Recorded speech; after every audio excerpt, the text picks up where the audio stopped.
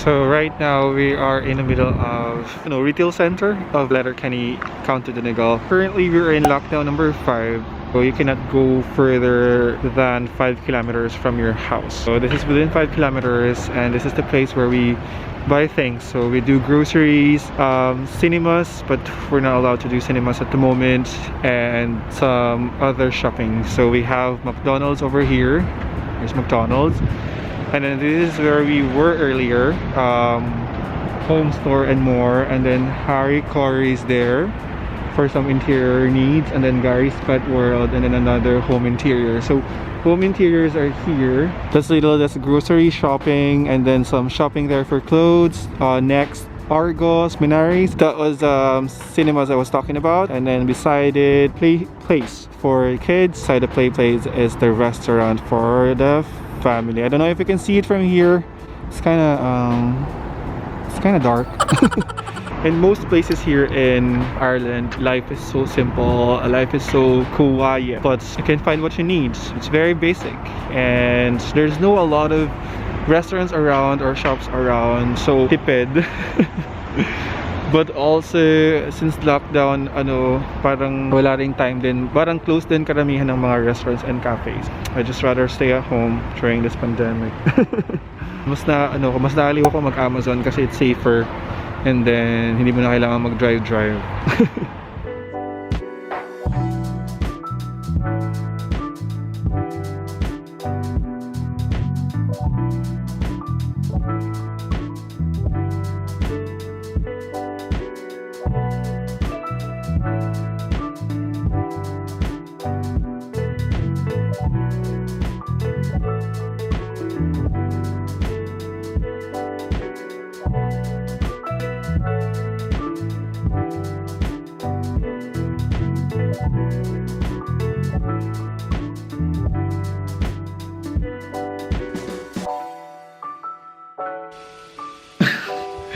So ngayon naman gagawa ko ng dinner. I have cooked the chicken good for 1 week or good for 3 days.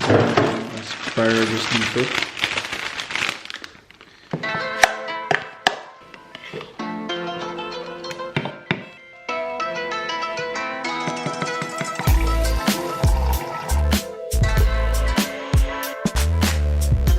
So ilalagay ko muna to sa freezer for hanggang matapos ako magluto ng pagkain.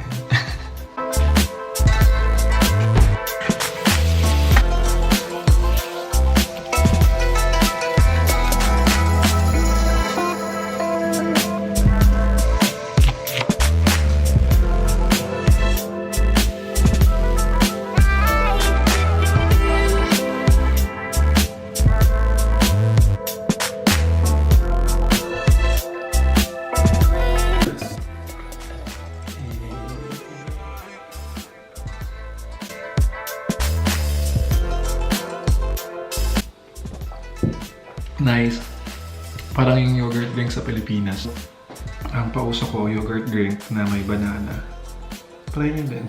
Kung may mga tanong kayo about my food and about my lifestyle, susubukan kong baguhin yung routine ko. Dati, actually yung start na yung pandemic dito, pagbalik ko galing Japan, puro lang ako just eat, or puro lang ako take away. So, ang just eat kasi, so ito yung app dito sa Ireland na nandun lahat ng mga restaurant around your town. Tapos mamimili ka na lang doon, tapos nandun na yung menu nila, tapos order ka na lang. Para siyang grab food sa Pilipinas. Puro ako pa-deliver talaga. Kasi lalo na naging busy ako sa lahat ng mga kung ano-ano. Na-busy ako sa work, na-busy ako sa Instagram, na-busy ako sa YouTube, na-busy ako sa pagbigay ng tablet sa mga bata. So, sobrang naging busy na ako.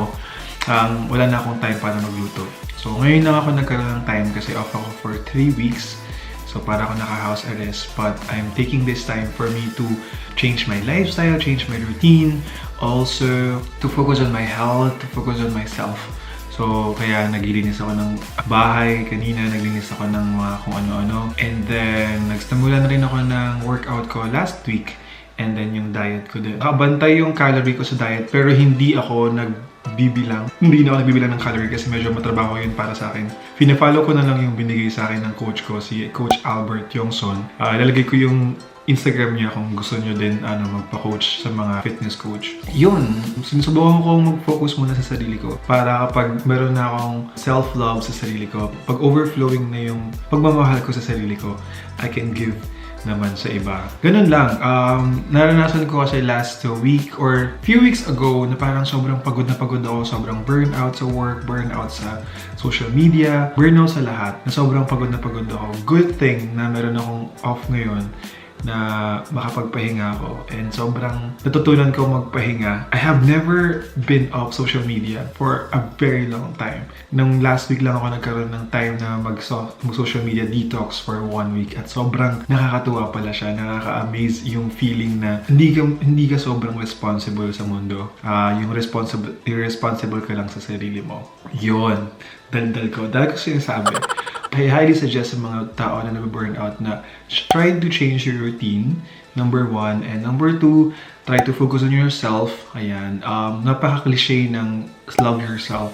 Pero totoo yun. Start ka with accepting yourself, understanding your needs, and of course, doing the work of, focusing your health and your body and your mind as well. So, yun ang ginawa ko and pinakita ko lang siya sa inyo. Yung routine ko, it doesn't happen all the time. It doesn't happen na sobrang healthy ako all the time, na sobrang nag-workout ako all the time. May mga times na parang ayokong bumangon, gusto ko lang manood ng Netflix. Yun, may time na ganun. Tapos, may mga times na sobrang sipag ko. So, nakakapaglinis ako ng bahay, nakakapamilya ako, at nakakapagluto ako. So, yun yung mga time na talagang mahirap simulan, pero pag nasimulan mo na, dire-diretso na siya, tsaka masarap siya sa feeling. Yun, ang dami kong sinabi. Yun, thank you so much for watching this vlog. If you have any questions, comment down below. I hope you can subscribe to my YouTube channel and click the like button if you like this video and hit the notification button para bongga na.